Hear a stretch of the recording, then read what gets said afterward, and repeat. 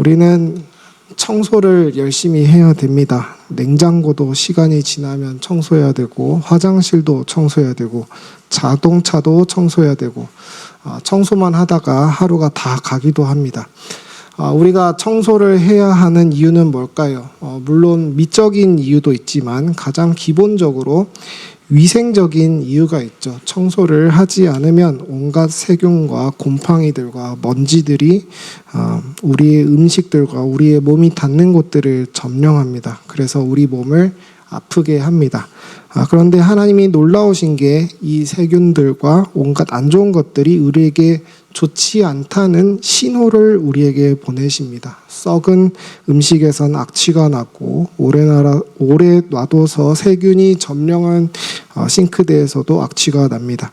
곰팡이가 피면 기분 나쁜 색깔과 모양의 곰팡이들이 우리 눈을 괴롭게 하기도 합니다. 근데 생각해보면 하나님이 이런 흉물들을 창조하신 이유는 다 우리를 지키시기 위함입니다. 만약 음식물이 썩어도 냄새가 나지 않는다면 어떨까요? 싱크대에 세균이 득실득실한데 보기에는 반짝반짝하다면 어떨까요? 우린 어떤 경고의 신호도 받지 못한 채 썩은 음식을 먹고 더러운 세균들을 만지고 그것을 내 몸 안으로 들이고 그래서 심각한 병에 걸리는 등등 난처한 상황에 처하겠죠. 하나님은 이런 위험한 오염들이 우리를 불쾌하게 만듦으로써 우리로 하여금 행동하게 하시고 우리를 지키십니다. 왜냐하면 우리가 소중하기 때문이죠. 오늘 말씀에도 불쾌한 것들이 등장합니다. 쓴뿌리도 등장하고 비극적인 에서의 이야기도 등장하고 그런 에서에게 너무나 냉정하신 듯한 하나님도 등장합니다. 근데 언뜻 듣기에 이렇게 불쾌한 이야기가 사실 우리의 생명을 너무나도 아끼시고 사랑하시는 하나님의 보호라는 것을 말씀을 통해 확인하셔서 우리의 삶도 마냥 편하기만 하지 않은 것이 오히려 하나님이 우리에게 주시는 은혜임을 알고 고백하고 감사하는 시간이 되기를 소망합니다. 그럼 함께 하나님의 말씀을 살펴보겠습니다.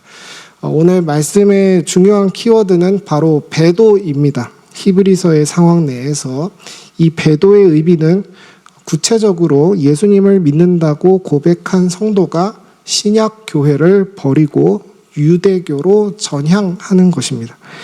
이 배도의 주제는 히브리서 내에서도 계속 반복되어 오던 주제입니다. 히브리서 3장, 4장, 6장, 10장에서 이 배도에 대한 경고가 계속 반복됩니다. 이렇게 히브리서 기자가 공을 들여서 성도의 배도를 경계하는 이유는 당시 유대교가 신약교회보다 언뜻 보기엔 훨씬 매력적이었기 때문입니다. 유대교는 당시 신약교회보다 세력도 크고 화려한 절기와 체계적인 시스템과 무엇보다 범접할 수 없는 유구한 역사와 문화가 있었습니다. 그에 반해 신약교회는 그저 예수님 말고는 내세울 것이 없는 심심한 종교로 보였을 것입니다. 이런 유대교와 신약교회 사이에 어떤 물질과 족보의 화려함의 격차를 가지고 유혹하는 거짓 선지자들이 초대교회에 있었습니다. 교회에 성도인 척 들어와서는 신약교회가 유대교회보다 열등하다는 거짓 가르침을 설파했던 것이죠. 그렇기 때문에 히브리서 기자는 히브리서를 통해 초반장에서부터 유대교가 그렇게 무시하는 예수 그리스도의 영광을 드높이고 모세보다 뛰어나고 천사보다 뛰어나신 예수님을 찬양함으로 시작합니다. 그런데 이렇게 예수님을 바라보게 했음에도 불구하고 떠나가는 자들로부터 히브리서 기자는 교회를 보호해야만 했고 그 보호의 방법은 바로 경고였습니다. 오늘 말씀 11절에서 히브리서 기자는 유대교의 거짓 가르침에 미혹된 자들이 받을 징계에 대해서 말하며 이 징계를 미워하지 말라고 합니다. 여기서의 징계는 교회의 공적인 질책이거나 권면이라고 할 수 있겠죠. 8절에서는 이런 류의 징계가 없으면 오히려 하나님께 사랑을 받지 않는 사람이라고 할 정도로 하나님의 징계 속에 담긴 사랑을 강조합니다. 그러니까 아까 얘기했듯이 징계는 우리에게 감정적으로 안 좋은 것으로 다가오지만 그런 안 좋은 것이 있어야 우리가 건강하다는 것이죠. 악취 속에 사랑이 담겨 있듯이 징계 속에도 사랑이 담겨져 있습니다. 근데 이 징계를 거부함으로써 하나님의 사랑마저 거부하는 그 배도, 즉 교회에서 한마디 들어서 기분 안 좋아서 유대교로 옮기는 선택에 대해서는 심판이 주어지는데 14절에서 이렇게 말합니다. 모든 사람과 더불어 화평하게 지내고. 이 말을 언뜻 보고 경고의 말씀이라고 느끼는 사람은 거의 없을 겁니다. 그냥 듣기에 좋은 말 아닙니까? 그리고 생각해보면 여기서 왜 히브리서 기자는 화평해야 되는 대상을 모든 사람이라고 했을까요? 지금 히브리서 기자가 하고 싶은 말은 유대교와는 구별된 신약교회를 지키자는 것입니다. 근데 말 그대로 모든 사람이 화평의 대상이 되어버리면 그 유대교의 거짓 선지자와도 화평을 하자는 건데 그렇게 해서 어떻게 신약교회의 정체성을 지킬 수가 있겠습니까? 지킬 수가 없습니다. 만약 여기 안에 신천지가 몰래 들어와 있고 우리가 그 사실을 알아냈다고 해봅시다. 그 사람에게 가서 우리가 서로 다른 믿음을 가지고 있고 우리가 보기에 너는 이단이지만 그래도 화평하게 지내보자 라고 이 안에서 말할 수 있겠습니까? 아니죠. 나가라고 하겠죠. 이미 저희 교회 대문에도 신천지 아웃이라고 적혀져 있지 않습니까? 만약 오늘 본문에서 말하는 모든 사람이라는 말이 정말 세상 만민을 다 이야기하고 있는 것이라면 우린 그런 의미에서 히브리서 12장 14절의 말씀을 이미 위반하고 있는 것입니다. 들어오기도 전에 나가라고 써붙여 놨기 때문이죠. 하지만 우린 히브리서 12장 14절을 위반하고 있지 않습니다. 왜냐하면 오히려 거짓 선지자들을 배척하는 것이 교회 안에서의 모든 사람을 화평케 하는 길이기 때문입니다. 그리고 많은 사람들이 보통 14절의 모든 사람과의 화평함에만 주목하는데 왜 뒤에 있는 모든 사람과의 거룩함은 보지 못하는 것일까요? 거룩함은 구별되는 것이고 구별된다는 것은 경계를 짓고 그 경계 밖에 있는 것들을 거부하는 것인데 말입니다. 화평함과 거룩함이 함께 공존한다는 것은 일반적인 의미가 아니라는 것이고 그 말은 여기서의 모든 사람이란 말도 특별한 의미로서의 모든 사람이라는 것입니다. 여러분, 성경에서 말하는 모든 사람은 항상 세상의 만인을 의미하지 않습니다. 예를 들어서 요한복음 12장 32절에서 예수님은 자기의 십자가를 통해 모든 사람을 자기에게로 이끌겠다라고 하셨습니다. 하지만 예수님의 십자가의 효력은 아무에게나 주어지는 것이 아닙니다. 같은 요한복음 17장 12절에서도 예수님께서 말씀하시길 구원받을 자가 따로 있고 멸망할 자가 따로 있다라고 말씀하셨습니다. 그런데 주목하여 볼 것은 내게 주신 그들을 예수님이 하나도 빠짐없이 다 지켰다라고 합니다. 이 예수님께 주어진 사람들에 대한 표현은 계속 반복됩니다. 17장 2절에서 6절 그리고 24절 등등에서 보여지듯이 예수님은 하나님으로부터 받은 모든 사람을 다 하나님께로 이끌었습니다. 여러분, 그 모든 사람이란 말 속에는 심지어 그 당시에 아직 태어나지도 않은 우리의 이름까지 포함되어 있는 것입니다. 여기에 예수님의 십자가의 공로를 받지 않은 사람이 어디 있습니까? 하지만 우리가 실제로 육체적으로 예수님이 십자가에 매달리는 모습을 본 적은 없는 것이죠. 요한복음 17장 12절에서 예수님이 하신 약속, 즉 자신이 십자가에 들려 올라갈 때에 모든 사람을 자기에게로 이끌겠다고 하신 그 말씀의 성취 안에 지금 이 자리에 모인 우리가 다 포함되어 있는 것입니다. 그 모든 사람이라는 표현에는 시간적인 제약이 없고 공간적인 제약도 없습니다. 여기에 모든 사람은 모든 믿는 자들이라는 영적인 의미의 모든 사람들인 것입니다. 우리가 사도신경에서 거룩한 공회를 믿는다라고 고백할 때 그 믿는 자들의 모든 사람이 되는 것입니다. 그런 의미에서 우리가 오늘 살펴보고 있는 히브리서의 문맥도 보면 좋겠습니다. 오늘 말씀 14절을 보면 모든 사람과 더불어 화평함과 거룩함을 따르라고 합니다. 이 화평함과 거룩함은 영적인 의미에서 모든 사람을 시간적인 제약 없이 그리고 공간적인 제약 없이 하나 되게 하는 신비한 힘입니다. 먼저 화평은 우리가 생각하는 그런 서로 잘 지내는 분위기가 아닙니다. 또 모든 사람과 화평하는 것이 좋은 것도 아닙니다. 마태복음 10장 34절을 보면 예수님은 모든 사람과 다 화평할 수 없다고 말씀하시기도 했습니다. 그럼 오늘 본문에서 하나님을 보게 만드는 14절에서 주를 보게 만드는 화평이라고 하는데 이 화평은 무엇일까요? 정답부터 말하면 화평은 곧 신앙 고백의 일치됨이라고 표현할 수 있겠습니다. 성경에서의 화평은 세속적인 화평과 구별되는 거룩한 화평입니다. 만약 오늘 본문에서 말하는 화평도 일반적으로 우리가 이해하고 있는 그런 화평이라면 뒤에나 앞에 서로 화평하는 것에 대한 얘기가 있었어야겠죠. 하지만 그런 내용은 없습니다. 그리고 뒤에 히브리서 13장 1절에서 말하는 것도 형제를 사랑함인데 형제라는 말은 같은 믿음을 가진 사람이라는 것을 전제로 하는 것이죠. 그 관계가 믿음에 전제되어 있는 것입니다. 우리가 신천지를 우리의 형제라고 부를 수는 없는 것 아니겠습니까? 믿음이 전제된 표현입니다. 여기서 말하는 화평의 의미는 소위 믿음장이라고 불리는 히브리서 11장을 보면서 유추할 수 있겠습니다.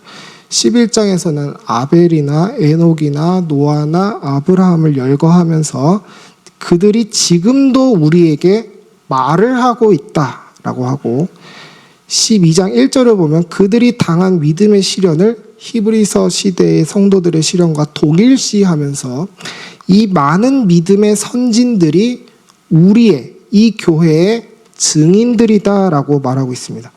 우리가 믿음 안에서 성경의 인물들과 지금도 같은 교회라고 할 수 있습니다. 믿음 안에서 말이죠. 만약 우리가 그리스도 안에서의 믿음을 버린다면 아벨이나 에녹이나 노아나 아브라함과 우리가 화평할 수가 없습니다. 반대로 만약에 아브라함이 믿음의 시련을 이겨내지 못하고 하나님을 버렸다면 우린 아브라함과 화평할 수가 없는 겁니다. 거룩한 화평은 믿음 안에서만 가능합니다. 올바른 하나의 믿음이 있어야 우리가 그들과 하나의 교회가 되는 겁니다. 그런 상태를 성경은 화평이라고 부르는 겁니다. 이 화평은 시간을 초월하고 공간을 초월합니다. 세속적인 화평은 반드시 시간이나 공간을 함께 공유해야 합니다.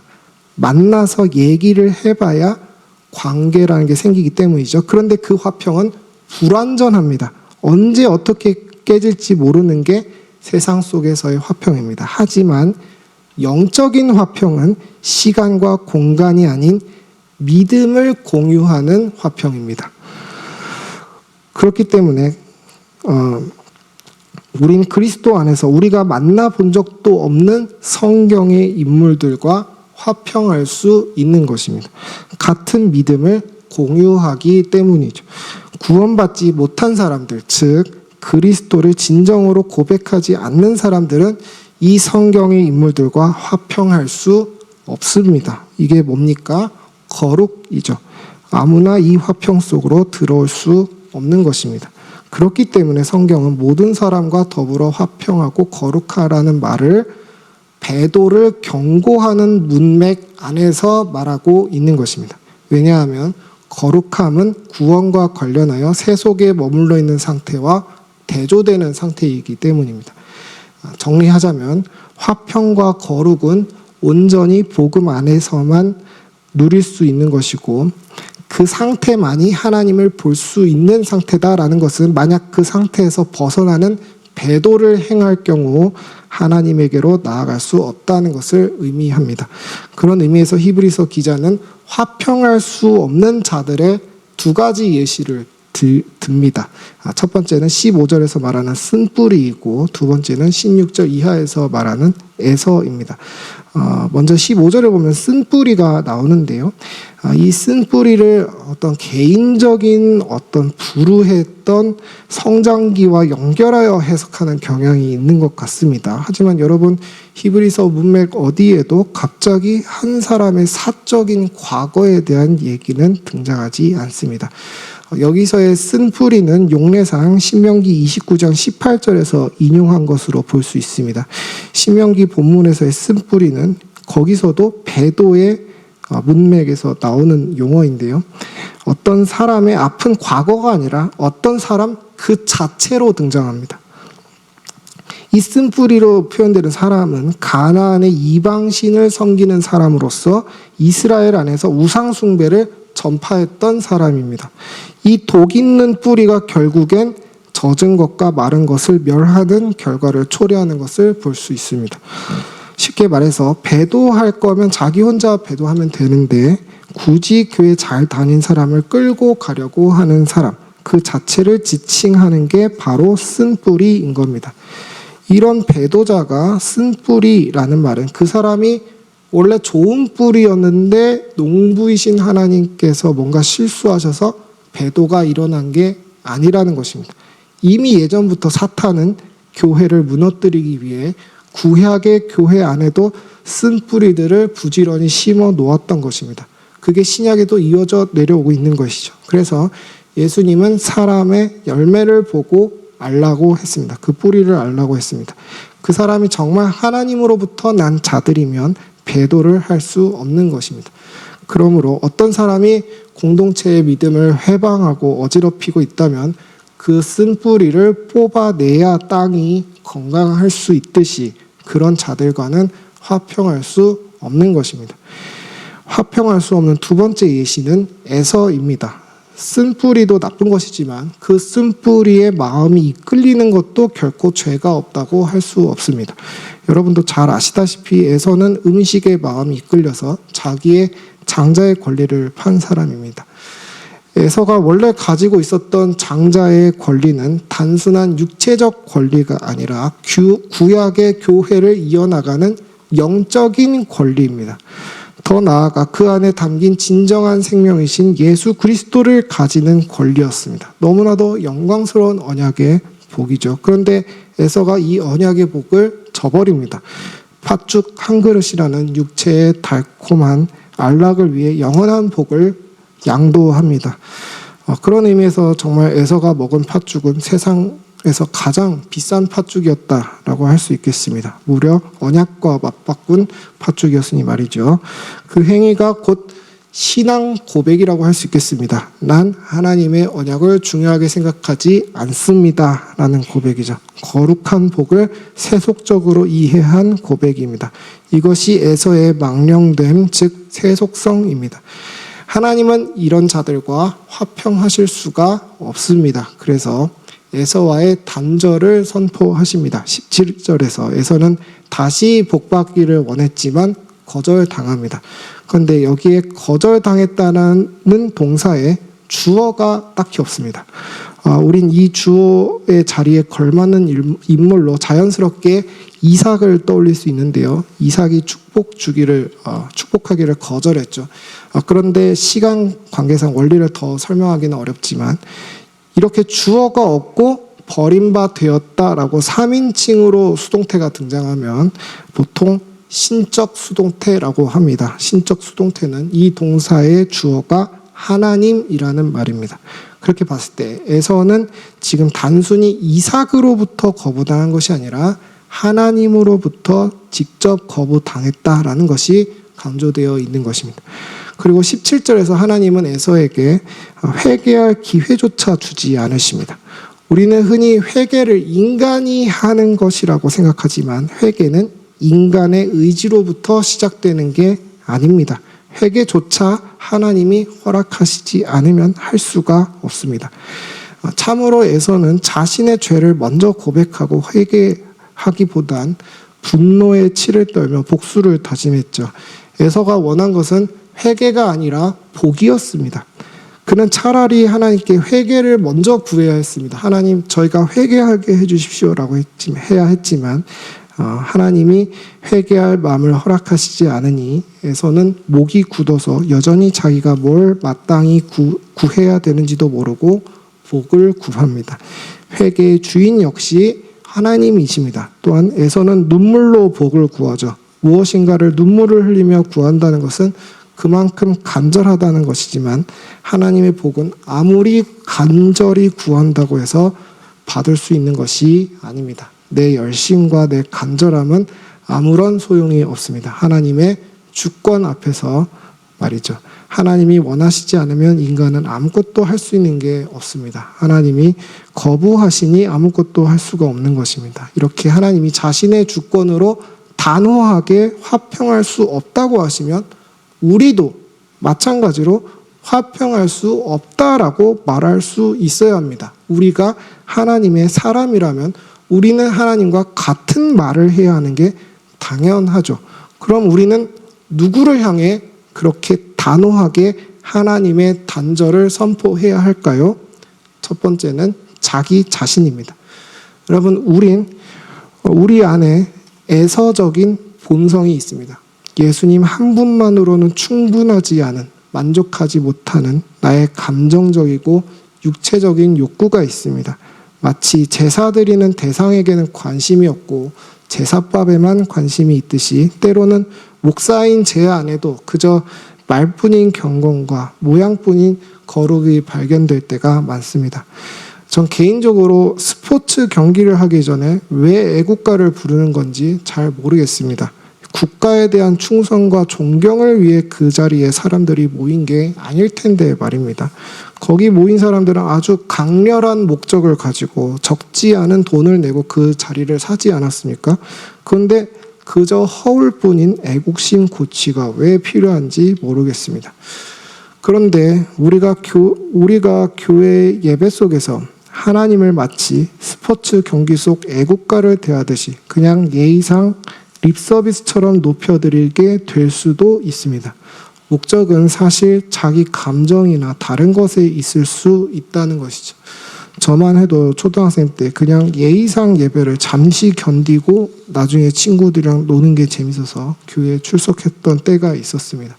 마치 에서가 팥죽의 입맛을 다신 것처럼 다른 것을 꿈꿨던 것이죠.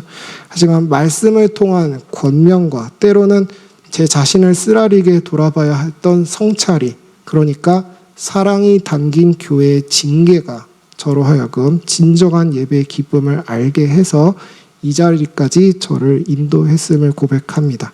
이 징계는 한 번 받고 끝나는 것이 아니라 계속되어야 합니다. 왜냐하면 죄는 교묘하게 새로운 모습과 변명과 합리화에 포장되어서 우리에게 다가오기 때문입니다.